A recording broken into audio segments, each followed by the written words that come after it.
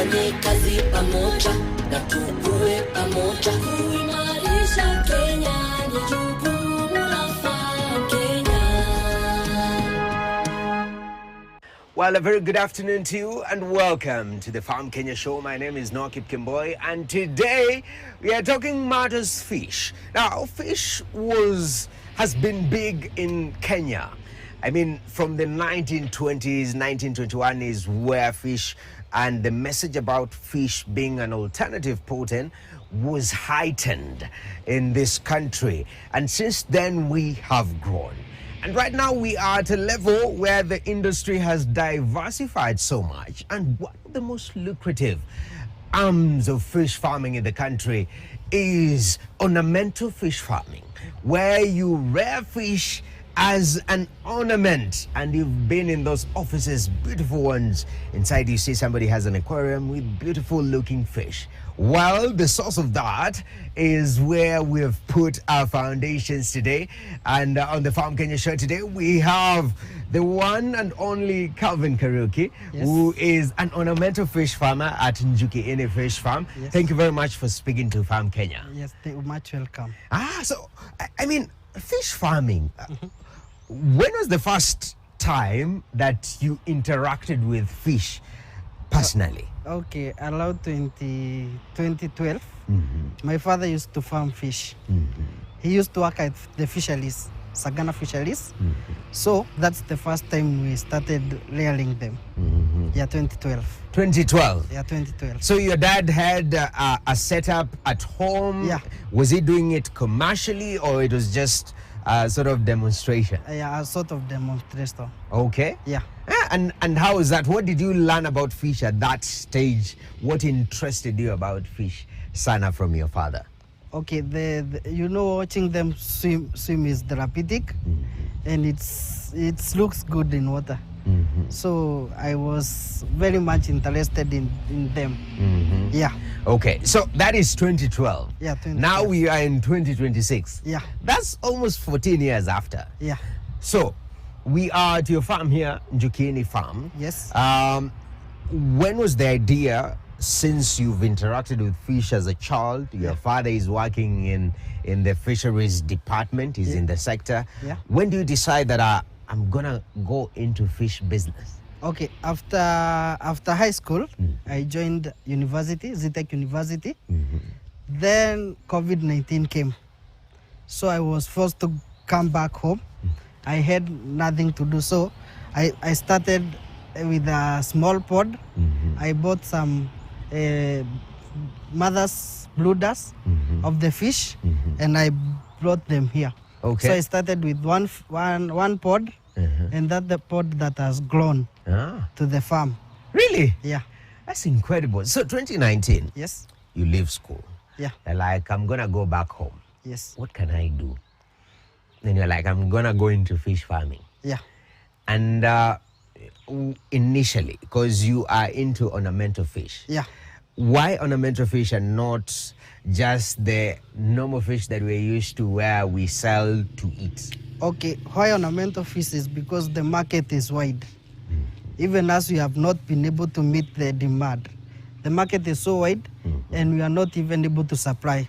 So when you're working to get money. So we ventured into ornamental because it's giving us money to run our business. Yeah. Okay. Yeah. And when starting off, because Yes. a lot of people, when you start off something, at Yeah. least you have that advantage of having a father who was in the sector already. Yeah. So it becomes very easy. For somebody who's just fresh, maybe they have gone to that college and now they are back home. Yes. With the high rates of unemployment, they have a piece of farm somewhere. Yeah. How do you begin? Where do you start from? Okay, first you need to have a land, source of water, and a capital. Capital to start the job. Because this farming is one of the easiest farming that I have seen. Because you don't need to be at the farm every time. You just need to have a pod. You cover the pods because there are birds, predators who come and eat your fish. So you need to have land, water, and to have capital to start the job. Okay. And the market is wide. Okay. Yeah. So land. A lot of when you talk about land, most of the time Yeah. is a no-brainer. For a lot of people, land is just land. Yeah. First of all, Yes. does where the land is located matter? You might be in Wajir, you might be in Kakamega, you might be like here we are in Sagana. Yes. Does that matter? No, that doesn't matter. Yeah. So temperatures of the place, the environment itself. Yeah, it doesn't matter. Though the temperatures, in some areas where it's hot, fish tend to grow very fast compared to where it's colder.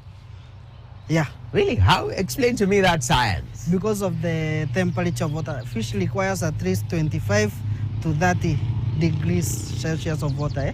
So when the water is too cold, fish grows very slowly. Okay. When the temperatures are light, fish tends to grow very fast. Oh, really? Yeah. So here in Sagana, you know, Sagana is infamous for being very cold. Yeah. It's not the hottest of places. Yeah. So here fish grows very slowly. No. The environment is favorable. Okay. Yeah. Okay, so that's a factor that you have to put in place. Yeah. Okay. Yeah. That is one. And we'll revisit that, the rate of growth. Oh, yeah. The source of water. Uh-huh. Somebody is thinking, I'm not next to a river. Yes. I don't have much money because these days sinking a borehole, it's almost 1 million shillings. Yeah. So either I get my local people, Yeah. we do a kisima or something of the sort. Yeah. Talk to me about options that people can explore to source for water that will be sufficient to start fish farming and ornamental fish farming. Okay, one, if you are near a river, that is one source of water. Very good. Also, you can do a kisima, just the local one, not the borehole. You can do a kisima also, it's good. And also the borehole. Borehole water is also good. Okay. Though, it should not be very salty. Okay. Yeah. So sourcing water, you have an option of a kisima. Yeah. Now here we are looking at budget starting. Yeah. You know, we are not looking at high end. You have 1 million for borehole. Yeah. You have a little money. Yes. So for starters, you have the land. Yeah. You said very important. Yes. You have the water. Yeah. And lastly, you said you have capital. Capital. Capital. How much are you beginning a fish farm with? How much does it cost on average for starters? For on average, around 50 to 100K, you can have a pod and fingerlings, everything done. Really? Yeah. Okay, let's start with the pond. Yeah. The cost that goes towards making a proper pond. Yeah. Because I'm told that is in fish farming, that is one of the most important, if not the most important process. Yeah. You have to do it right. Yes. And you've seen other farmers try do it. Sometimes people do it wrong. Yeah. Talk to me how to properly do a fish pond. Yeah, okay. Fish pod are constructed. Okay. You construct a fish pod. That is the way we construct the pod. So you need people who will construct the pod. Also, you need to buy a liner. Let's say at a pod of 10 by 10, 10 meters by 10 meters. You need a liner. Liner will cost around 30 to 40,000. That is for a 10 by 10. 10 by 10. Okay. 40 to 50,000 allowed there. Then you will need people to come and construct. We do that. We construct pods. Yeah. So labor cost, a liner is the most expensive. Yeah, liner is the most expensive. Oh, really? Yeah. And why is it very expensive? Because liners, the ones we use, they are imported. There's no local production of They liners are in this like country. table liners. Okay. Yeah. But you use the imported one. Yeah, we use the imported ones. Why do you prefer that one? Why is that the most preferred? Just from a builder's perspective. They stay for a long period. Oh. Yeah. So like the ones you're using here, Yeah. these ones, because you started this around 2022? Yeah. This was your first pond. This was my first pod. Okay. Yeah. So this liner, Yeah. you've never redone it? This one I've changed. Okay. You know, I started, I was just experimenting and see how this project will work. So I started with something small. I bought just the local liners. Okay. So they did not take, this one I changed a lot last year. Okay. So gave me at least 3 years. Okay. So after that I changed to this one. But the other pots, I have bought the ones that are imported. Really? So the local liners are not very good? They are good, but Not durable? No, because again, Yes. for us to be competitive, Yes. I'm thinking importation of these things. Yeah. They add cost Oh. of construction. Okay, what we do, we have a supplier who we buy the liners from after he has import. They have imported. Yeah. Okay. So make sure the liner, the pond is properly done. Yeah, properly done. And on average, you say, so liners around 30K, Yeah. labor you add 50. Yeah. So by the time, then the water systems in terms of getting need- your water into the pond. Depends on where you are. If you have a borehole, you need a pump. You need a submersible pump. Like us, we use the submersible pump. Okay. And we also have the other pumps. Okay. We pump water from the river. Okay. So you need a pump and you need piping, because you need to have inlets and outlets of your pond. Okay. Because we normally change the water after like two months. Okay. Yeah. Why is it critical to change the waters after 2 months and not after 2 days? Because if you don't have enough water, also the fish, when you keep that water for 2 months, it has a zooplatons that the fish feeds on, and some bacterial things in the water. So we change the water after 2 months, and then we fertilize the pond. Okay. We use DAP and urea. Really? Yeah. Okay, we'll come to fertilizing the pond. Yeah. But this one is moving very fast in the speed of water. Yeah. So you have to have, Yes. for the person who's thinking about going into fish business, have Yes. land. Yeah, land. Make sure that when you're constructing your pond, Yes. use proper liners. Yeah. A little bit costly, Yeah. but it's very important. Yeah. Have a source of water. Yes. Okay? Yeah. So if you're not next to a river, get somebody to chimba for you a kisima. Yes. Then buy the pump, Buy the submersible pump. Yeah. Okay? Yes. And now the infrastructure around, because for you, for the first pond, Yes. because I see you don't have exposed pipes. Yeah. So yours a sort of under? Yeah, they are other. We have the pots that we remove the water using the pump. Okay. We pump the water out. Then there are pots that we drain the water using those drainage pipes. We have them. Okay. Yeah. So you have an option to, because I can imagine Yes. the cost of, again, you're trying to dig around inside the pipes down there, Yeah. the inlets and outlets. Yeah. Sometimes people feel it's costly. So you can have sort of an external pump to pump Yeah, the water. to pump the water out. Yeah. To pump the water in and out, yeah. after 2 weeks. Yeah, 2 months. After 2 Around months, 2 rather. months. Even tilapia, they take even 3 if you do them in a pot. Then the other last system depends on how you are farming your fish. Okay. Yeah. All right. Yeah. So that is infrastructure-wise. So you say at 100, 150, as Yeah. long as you have land, Yes. you can be able to start. You can be able to start. But before you start, Yes. I'm wondering because we see this a lot in farming. Yeah. Where people get excited. Yes. You know, they watch Kevin and they're like, hey, Kevin is selling this fish. Hey, I want to go into that. Yeah. And then they go into it and they realize it's not as easy. Maybe they didn't ask themselves pertinent questions. So for somebody who wants to come into this, Yes. what questions do they need to ask themselves Yes. prior to jumping into ornamental fish farming? Okay. One very important question is, where is your market? Because you can't keep something that you don't know where you will sell. So you must know the market where you will be selling your fish. Because I've seen farmers who have started farming, then they are calling you, we have fish and we don't have the market. Can you help us? You see? So number 1 is the market. Number 2, the location. Okay. Location of your farm and how you will be transporting your fish. Because handling them is very important. Okay. Yeah. Handling your fish. Yeah. So location-wise, Yeah. and I'll come to that. So let me put it as a side note. Yeah. But I want to talk about the market for Yeah. you when you began. Yes. Again, very important because you have a background in fishing, and that is a huge advantage that a lot of Kenyans don't have. Yes. Like having a father who knows how to keep fish. Yeah. It's a huge advantage. So in 2022, when you start, Yes. you start with one pond Yes. to see where this will lead to. Yes. Are you looking for the market yourself already? How did you go about finding market? Okay. Number one, I went to online Gigi. I used Gigi to look for customers. Okay. Yeah, I used to pay for the adverts. Then you get customers, and then the customers refer you to other people. Okay. If you do a good job, they refer you to other people. That's how I grew up, having so many people that I supply. Yeah. Referrals are very important. Okay. Yeah. So you leverage on digital tools. Yeah.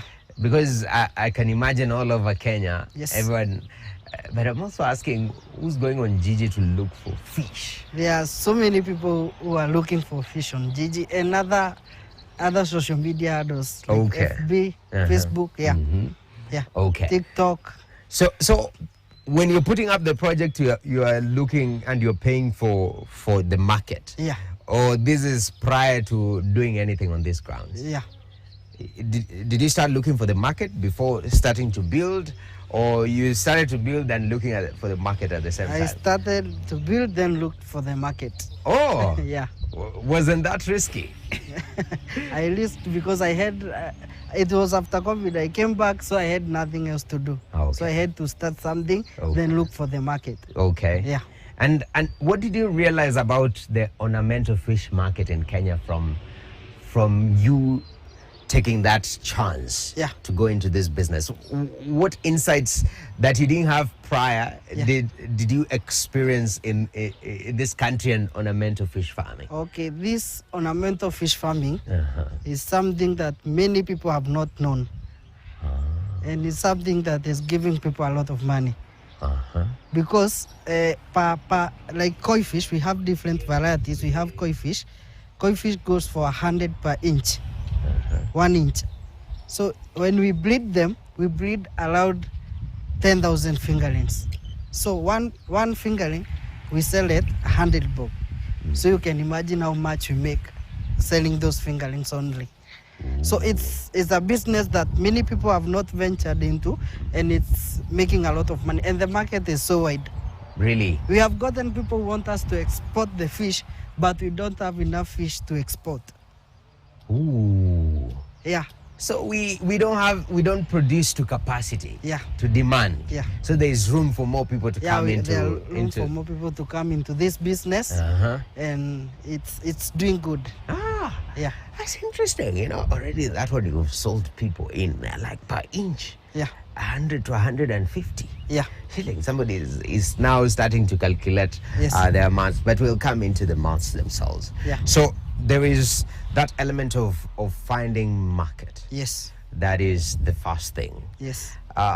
Prior also to coming Yes. into the business, Yeah. apart from finding market, Yeah. you really have to be equipped to take care. Because sometimes to take care of the fish Yes. and to make sure that they are not dying. Yes. All right. Yeah. And that's something that we see a lot also when people come or become excited into a particular venture. Yeah. Remember the time of coil eggs? Yes.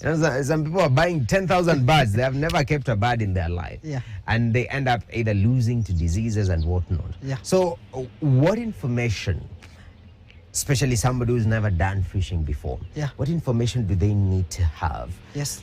to take good care of the fish to a size that can go to market?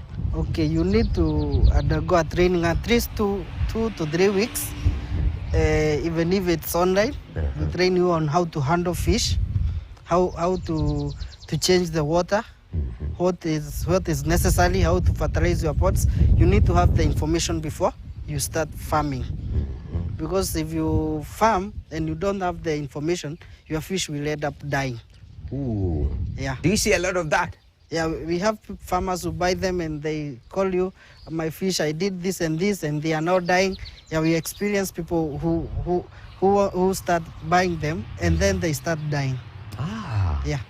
And what mistakes do they make that can lead to fish dying? okay, handling them. If you keep, when you are cleaning the pond, you remove the fish, you keep them in a bucket, then they start gasping for air.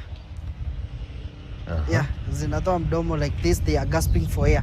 So those fish end up dying even if you take them back to the pond, because they don't, when they were gasping for air, they used a lot of energy. So they end up dying. You find farmer who have lost so many fish.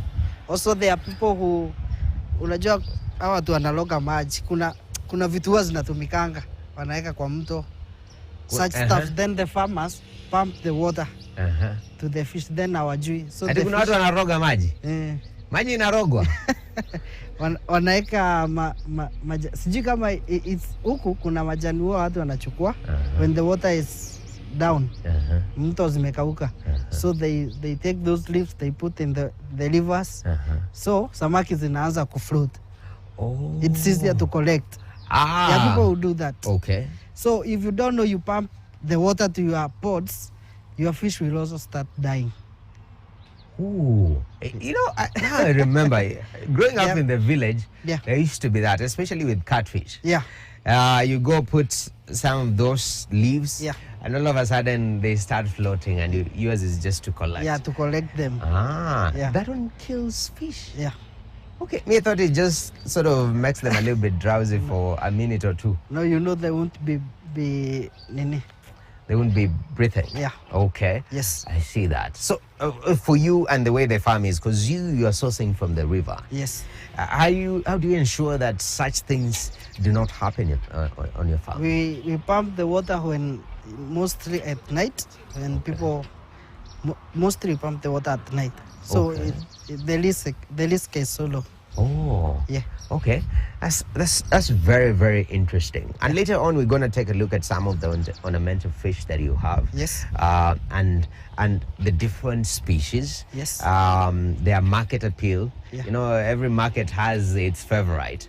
And even the growing sector to it. But as we wrap up this first part, I'm thinking, so if you don't take care of your fish, because that one of putting fish in the bucket without water seems like a very basic mistake. These mistakes farmers make. What other mistakes do they make? You putting the fish in a bucket without enough water, so there isn't enough oxygen. The fish will struggle to breathe. So the fish will end up dying even if you take it back to the pond. And which other mistakes do they make other than that one? Okay. Also, when fertilizing, you use a lot of those fertilizers. When you use a lot of fertilizer, also your fish will end up dying. Why? Because it will affect the water. Oh, really? Yeah. Okay. You need to calculate the size of your pond when you are fertilizing the pond. Okay. Yeah. Ooh. Also, not cleaning the pond. Ammonia rises and oxygen goes down. Yeah. So how often are you supposed to be cleaning your pond? At least 2 months. After every other 2 months? Yeah, you clean the So that means, does that mean draining the... Yeah, you drain the water, you clean the pond, put clean water. Okay. Yeah. Wow. That's quite interesting. We're going to take a short break. But when you come back now, we explore some of the fish that you have, ornamental fish. And we see how the market is and has been. And where also, I think, having done this for years, you can tell where this market is heading. We'll explore that. Right now, we are in Sagana at the Njukeni farm. And we are a fish farm. And we are unveiling this sector called ornamental fish farming that you can consider getting into it. Take a short break, still more to come. Keep it KTN, keep it Farm Kenya.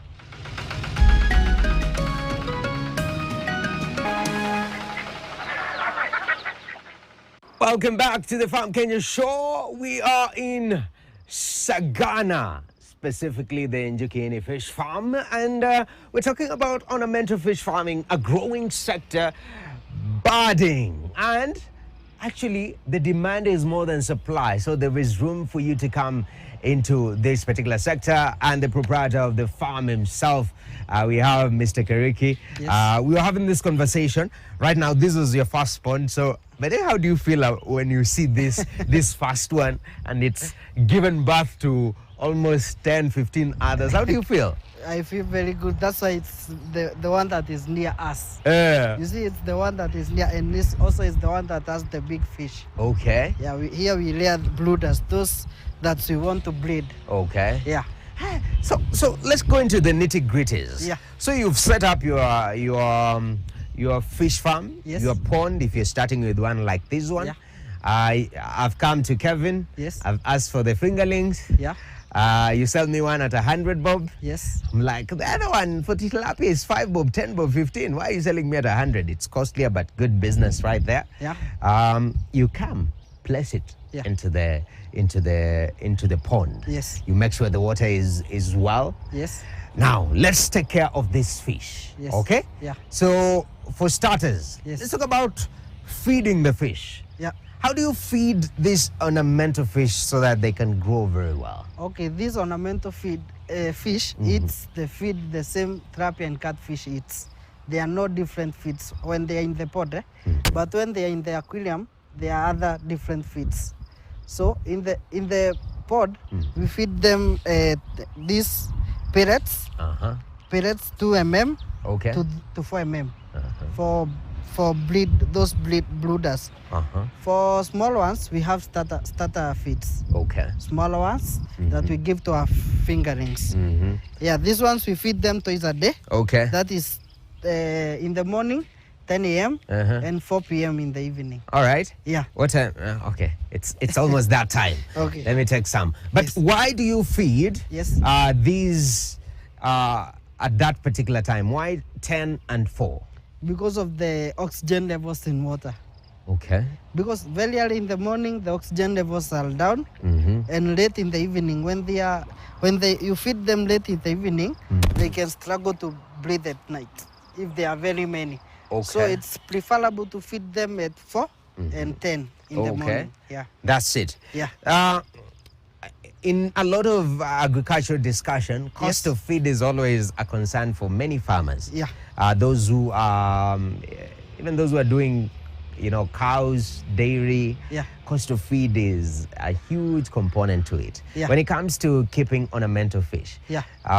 is that a factor that somebody has really to plan themselves well? Yeah, you have to plan yourself well, but also these ornamental don't feed as much as tilapias and catfish. Okay. One bag of 25 kg can take you, depending on the pods you have, like us, takes us for a whole month, and we have allowed 20 pods for ornamental fish. Okay. So if you have one pod, that one bag of 25 kg can take you for allowed 3 to 4 months. Oh, really? Yeah. And because fish grow, first of all, you told me that temperature determine how fast they grow. Yes. But ideally for the Kenyan market, Yeah. what size, and even before we go to the size, Yeah. I'd like us to walk a little bit back. Yes. The types of ornamentals that you keep in your farm. Yeah. I see these ones that are golden-like, they Yeah. have a touch to eat. Yes. What type do you keep here? We have different types. We have koi caps. Okay. Koi caps. We have goldfish. Okay. We have grammies. Okay. We have guppies. Okay. American guppies. We have swordtails. We have black mollies. We have convicts. We have lead caps and black moss. Ah. Yeah. Okay. That's a lot. That is almost 8. Yeah. Do they coexist, or do you put them in different ponds? We put them in different pods because of breeding. Okay. Yeah. That is the breeding component Yeah. of it. Yeah. So this is where you have the majority of your breeders rather. Yeah. Here, let's just see some of your guys here. Yeah. They're trying to bring them to surface. Yes. How long does it take to mature one fish to grow to size? Ornamental takes around 3 months. You should be selling them after 3 months. Okay. 3 months, they should be very big. Okay. 3 months to 5, they should be very big. All right. Yeah. So we see there in the net, there are, talk to us. Are there different types, or this just koi? Yeah, these are just kois, Uh-huh. blue dust. These are the ones we bleed. Okay. These ones gives us they are allowed 30 pieces. They give us allowed 20,000 fingerlings per month. 20,000 fingerlings. Yeah, per month. And how's the demand for fingerlings? The demand is very high because mostly we sell fingerlings to farmers. They go layer them, then we buy them and sell on their behalf. Okay. Yeah. So being a breeder Yes. is a whole business in of itself. Yeah. That's quite interesting. Yeah. Okay. So 20,000 fingerlings. Yeah. For those who are interacting with fish farming for the first time, how does it happen? How do you collect these fingerlings? Okay. How is that handled? What happens? We clean this pond every month. We drain the water. Then we put a clean water. Change of temperatures makes the fish just lays eggs. Just changing the water, they will just lay eggs. And we have males and females. Yeah. Just changing the water, they lay eggs. Yeah. So it's after every 2 months when you're doing the cleanup, Yeah. bringing clean water in. Yeah. That's when you start. breed. You breed. Yeah. And how do you collect the eggs? We have those kakabans. I will show you. We have the kakabans that the eggs stick on those kakabans. Okay. We put them here. The fish runs against each other as they lay eggs. Yeah, externally. Yeah. If they lay eggs and you don't collect the eggs, they will eat the eggs. Okay. Yeah. Is it a very delicate process to collect the eggs? No. Oh, it's very straightforward. Yeah. So once you put that. You put those kakabans. Simo, you can show us the kakabans. Yes. You collect the eggs, then you put to another. You just collect with a bucket. Yeah. Then transfer to a clean pond. Yeah. And then you let them breed and become. Yeah. They after 3 days they are already fingerlings. Really? Yeah. Okay. Yeah. And now people come and you sell those fingerlings to them. Those fingerlings we keep them for a month, then we start selling them. Okay. For a month. Yeah, month. The fingerlings, do they have a special diet to them as compared to the breeders? No, we just give them starter feeds. Okay. 0.5. Okay. Yeah. Yes. So for a month, then you start selling. Selling them. Okay. Yes. That's quite interesting. So that's for koi. They eat themselves. They eat their eggs and their young ones. The young ones. Yeah. Hey! Yeah. Koi is So if you a savage. have a big one, you put it where the fingerlings are. You won't fight the fingerlings. All of them will be eaten. Yeah. So in terms of, I'm thinking. Yes. For the demand. Yes. And I'm glad These are okay. These are the kakabans. Okay. Yeah. So this one you just place randomly in the. We just put them in the pod. Then the fish lays eggs on them. Oh. The eggs stick on these kakabans. Yeah. Nice. Yeah. But it's after we have cleaned the pod. Yes, so it's very clear. Yeah. Okay. And how long does that take in terms of egg collection? 1 day. Just a single day. Yeah. A single day. Change of temperature makes them lay eggs overnight. Okay. So in the morning we collect the eggs, then we transfer them to another pod.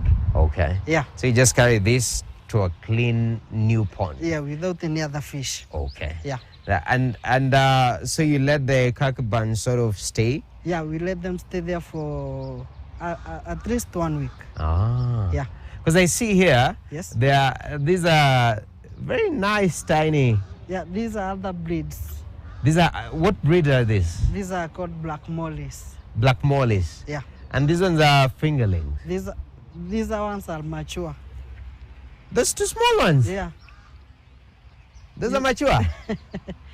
I will show the big, you see the small ones here? Very tiny ones? Those are the babies. You see the one that is black there? That is the mother. The black one is the mother? Yeah. Okay. They are called live bearers. Okay. Yeah. Yeah, so these are on the smaller end of the market. Yeah.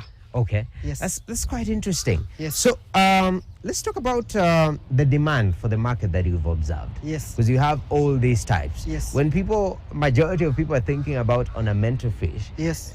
I think mostly people think about koi. Yeah. Because of how popular they are. In the They are. Kenyan market, what are people demanding? What is moving very fast? Koi is moving very fast. Koi carp and goldfish, they are moving very fast. And that's why I told you, even us, we have not been able to reach the capacity to supply enough fish. Yeah, ornamental fish. Okay. There are a lot of people who want to buy them, but we don't have enough to supply. So I would encourage farmers to venture into this business. Yeah. Okay. The market is very wide. Okay. Yeah. So koi is it's the fastest moving product? Yeah. Koi and goldfish. And goldfish. Yeah. Why do you think those two are the fastest moving products? Because they tend to grow very fast, and they are the ones that are very common in the Kenyan market. Okay. Yeah. Yeah. I see that. Yes. So in terms of the growth, Yes. because you have the breeders, Yeah. somebody buys the fish, Yes. they put it in their aquarium. Yeah. The growth of this Yeah. fish, Yes.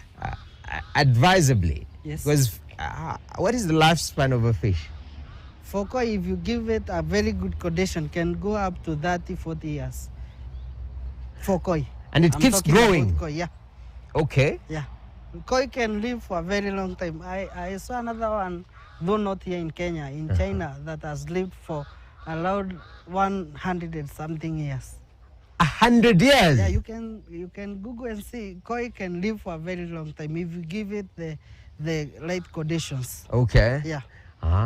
So taking good care of them is very, Yeah, very important. very important. Yeah. Okay.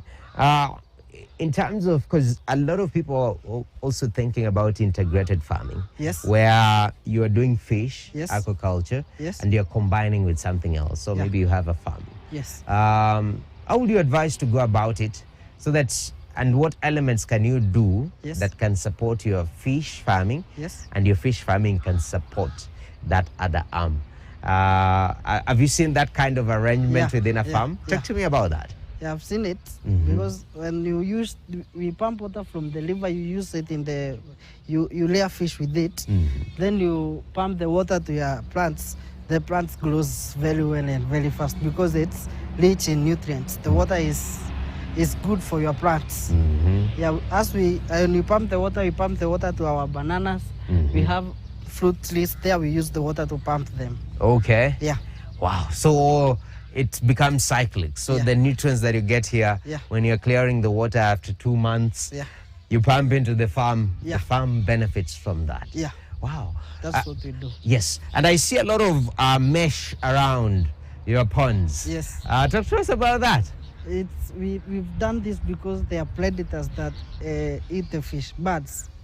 So if you don't cover this ornamental, you'll find all of them have been eaten. Yeah. Okay. We have experienced a pod where you keep around 1,000 pieces. After a month, you are going there, you find there is none. Predators eat a lot these ornamental fish. Okay. Yeah, so you have to cover your pods for you to have your ornamental fish safe. Okay. Yeah. That's very, very important. Yeah. Earlier on, you told me that you sell per inch. Yeah. So an average koi, Yes. the one that is moving very fast, the ones that you sell, because Yeah. I know you are also into the fingerling business. Yeah. But for the fish that you sell, on average, is how many inches? Around 5 to 10 inches. Okay. We sell around at 500 to around 1,000. Okay. Yeah. A piece.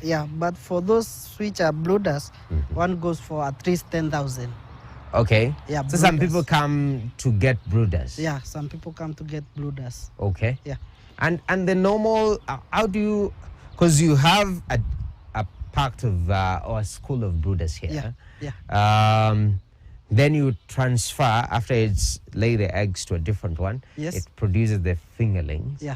how do you regenerate your brooders? Are these special, like you have to get brooders, or how do you come about this? Okay, just feeding them properly is all you need. Okay. Feeding them the right feeds. Okay. It's all you need to have very good brooders. Okay. Yeah. So And somebody also selection. Uh-huh. You must select them according to how they are graded. You have grade A, grade B, that way. Really? Yeah, How- you have to grade them. You brooders. grade them based on? Grades. In terms of what are you looking colors, at? Colors. Colors. Yeah, the patterns of the fish. Okay. Yeah. So grade A is which patterns? White, red, the one that has mixed colors. Ah. Yeah. So the more the colors, the more attractive Yeah, it the is. more they're attractive, yeah. Okay. Yeah. Okay. So that's one. Because somebody might buy a fish from you, a Yes. call from you. Yeah. Can they make a breeder out of that fish? Yeah, they can make a breed out of that fish.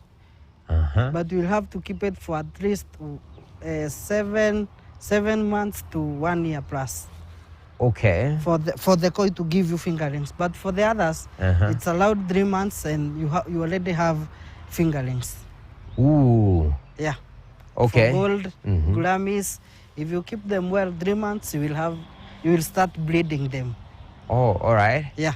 So for someone to become a breeder, Yes. and they've come to get fingerlings from you at least. Yeah. They don't want to buy the 10,000 one. Yeah. They want to start and wait out for the 7-8 months. Yeah. How would you direct them so that at the end of the day they have breeders like yours? Okay, you can start with fingerlings. You buy the fingerlings. You decide to make them brooders for yourself. Okay. You lay them for at least 1 year, then you start breeding yourself. Okay. Yeah, I can add that is also good. Instead of buying brooder, it's very costly. Yeah. Did you get fingerlings or did you start with brooders? I bought fingerlings. And kept them for a year? Yeah. And then started... my brooders here, there are some even which are 4 years old. Really? Yeah. There are some which are 4 years old. Okay. Yeah. I see that. Yes. So in terms of breeding fish, Yes. You have to have a male and a female? Yeah, you need to have a male and a female. Yes. How do you guys tell them apart? Somebody might be asking that question. We know how to differentiate them. There is a certain way we look at them and we tell you this is a male, this is a female. Okay. Yeah.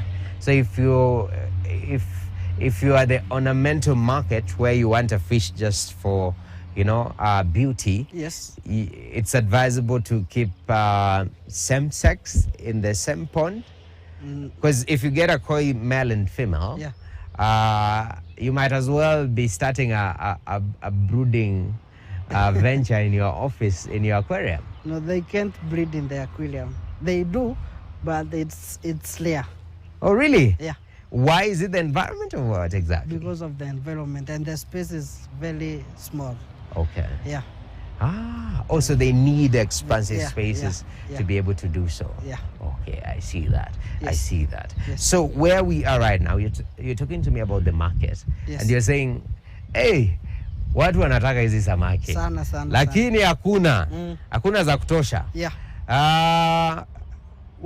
Are you seeing a lot of people come into fish farming? Are you seeing that curiosity? Like the way we were hanging out with you here, Yes. with a lot of young people here, they're just like, hey, Mazem, me, I want to go into fish farming. Yes. Have you seen a lot of people take this up? There are people who are coming, but it's not that it should be.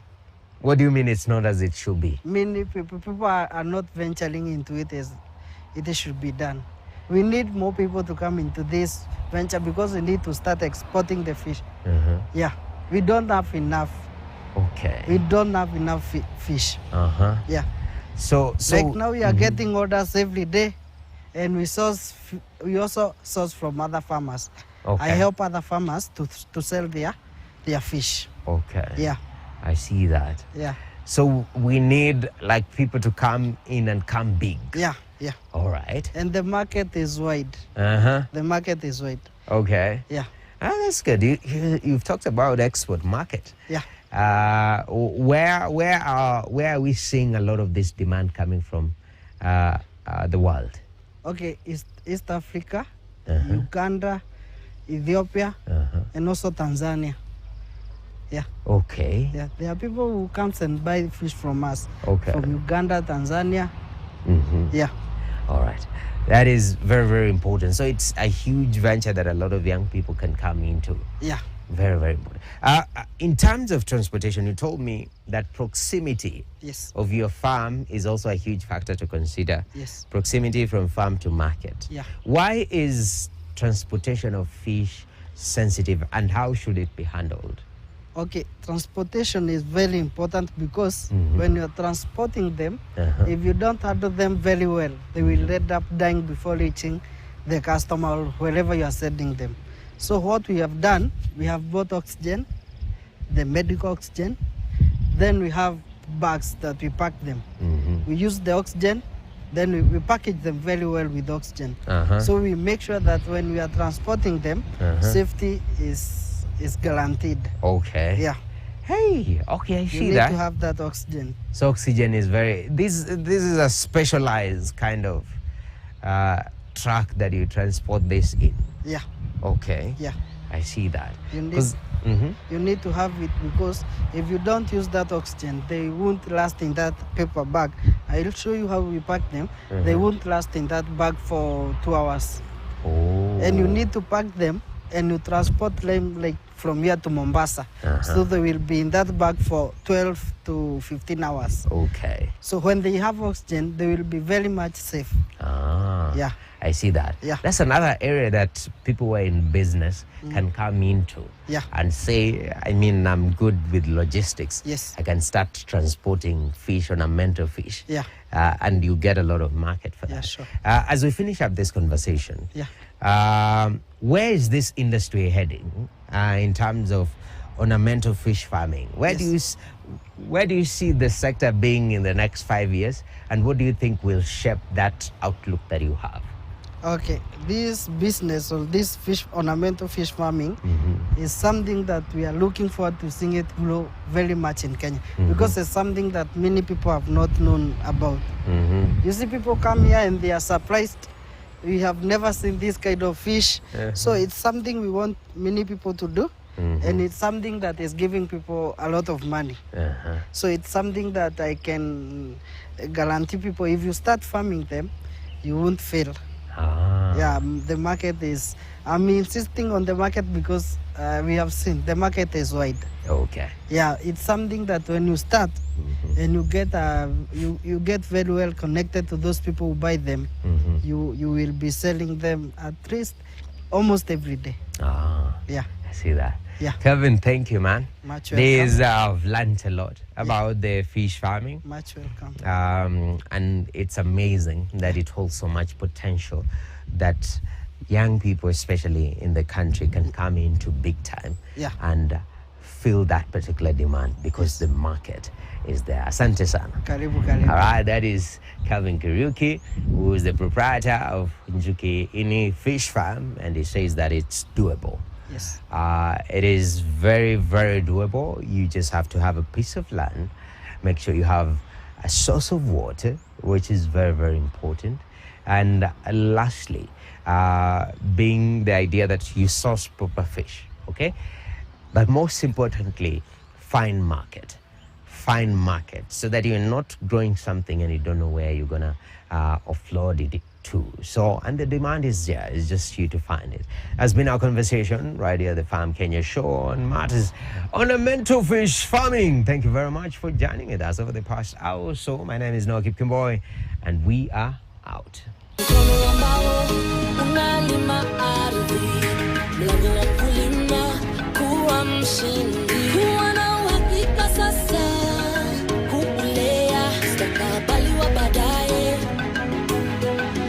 Tufanye kazi pamoja na tukue pamoja kuimarisha